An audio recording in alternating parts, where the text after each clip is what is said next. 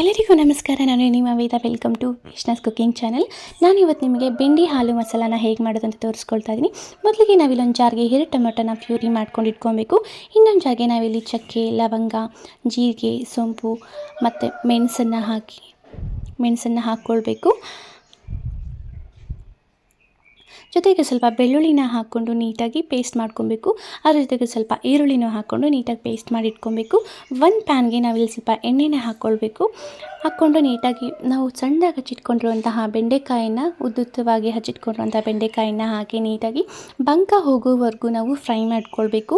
ಯಾವುದೇ ಕಾರಣಕ್ಕೂ ಸೇರಿಸ್ಬೇಡ್ರಿ, ಸಿಸಿರೆ ಚೆನ್ನಾಗಿಲ್ಲ. ಅದೇ ಬಾಣಲಿಗೆ ನಾವಿಲ್ಲಿ ಸ್ವಲ್ಪ ಚಚ್ಚಿಟ್ಕೊಂಡಿರುವಂತಹ ಬೆಳ್ಳುಳ್ಳಿ ಮತ್ತು ಈರುಳ್ಳಿನ ಹಾಕ್ಕೊಳ್ಬೇಕು. ಮತ್ತು ಸಣ್ಣದಾಗಿ ಹಚ್ಚಿಟ್ಕೊಂಡಿರುವಂತಹ ಆಲೂಗಡ್ಡೆನ ಹಾಕಿ ನೀಟಾಗಿ ಫ್ರೈ ಮಾಡ್ಕೊಬೇಕು. ಆಗಲೇ ರುಬ್ಬಿಟ್ಕೊಂಡಿರುವಂತಹ ಮಸಾಲೆನ ಹಾಕ್ಕೊಂಡು ನೀಟಾಗಿ ಅದನ್ನು ಆಲೂಗಡ್ಡೆ ಬೇಯೋವರೆಗೂ ನೀಟಾಗಿ ಫ್ರೈ ಮಾಡ್ಕೊಳ್ಬೇಕು. ಅದಾದಮೇಲೆ ನಾವು ಪ್ಯೂರಿ ಮಾಡ್ಕೊಂಡಿದ್ವಲ್ಲ ಟೊಮೆಟೊ ಪ್ಯೂರಿನ ಹಾಕ್ಕೊಂಡು ನೀಟಾಗಿ ಮಿಕ್ಸ್ ಮಾಡಿಕೊಂಡು ಚೆನ್ನಾಗಿ ಕುದಿಸ್ಕೊಳ್ಬೇಕು. ಕುದಾದ್ಮೇಲೆ ನಾವು ಅದಕ್ಕೆ ಸ್ವಲ್ಪ ಅರಿಶಿನ ಪುಡಿನ ಹಾಕ್ಕೊಳ್ಬೇಕು. ಜೊತೆಗೆ ಸ್ವಲ್ಪ ನಾವು 2 ಟೇಬಲ್ ಸ್ಪೂನಷ್ಟು ಧನಿಯಾ ಪುಡಿ, 1/2 ಟೇಬಲ್ ಸ್ಪೂನಷ್ಟು ಅಚ್ಚ ಖಾರದ ಪುಡಿನ ಹಾಕ್ಕೊಂಡು ಎಷ್ಟು ಬೇಕೋ ಅಷ್ಟು ನೀರನ್ನು ಹಾಕ್ಕೊಂಡು ಚೆನ್ನಾಗಿ ಕುದಿಸ್ಕೊಳ್ಬೇಕು.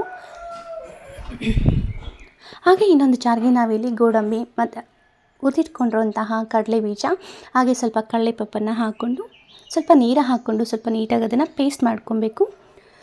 ಪೇಸ್ಟ್ ಮಾಡಾದಮೇಲೆ ನಾವು ಹುರಿದಿಟ್ಕೊಂಡಿರುವಂತಹ ಬೆಂಡೆಕಾಯಿನ ಹಾಕಿ ಅದರಲ್ಲಿ ನೀಟಾಗಿ ಫ್ರೈ ಮಾಡ್ಕೊಳ್ಬೇಕು.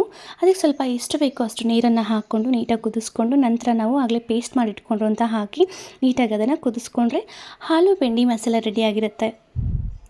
ಇದನ್ನು ನಾವು ರುಚಿಯಾಗಿರುವಂತಹ ಚಪಾತಿಗೂ ಸರ್ವ್ ಮಾಡ್ಬೋದು, ಬಿಸಿ ಅನ್ನಕ್ಕೂ ಕೂಡ ಸರ್ವ್ ಮಾಡ್ಕೊಳ್ಬೋದು. ಘಮ ಅಂತ ನಿಜವಾಗ್ಲೂ ತುಂಬ ಸ್ಮೆಲ್ ಬರ್ತಾ ಇರುತ್ತೆ.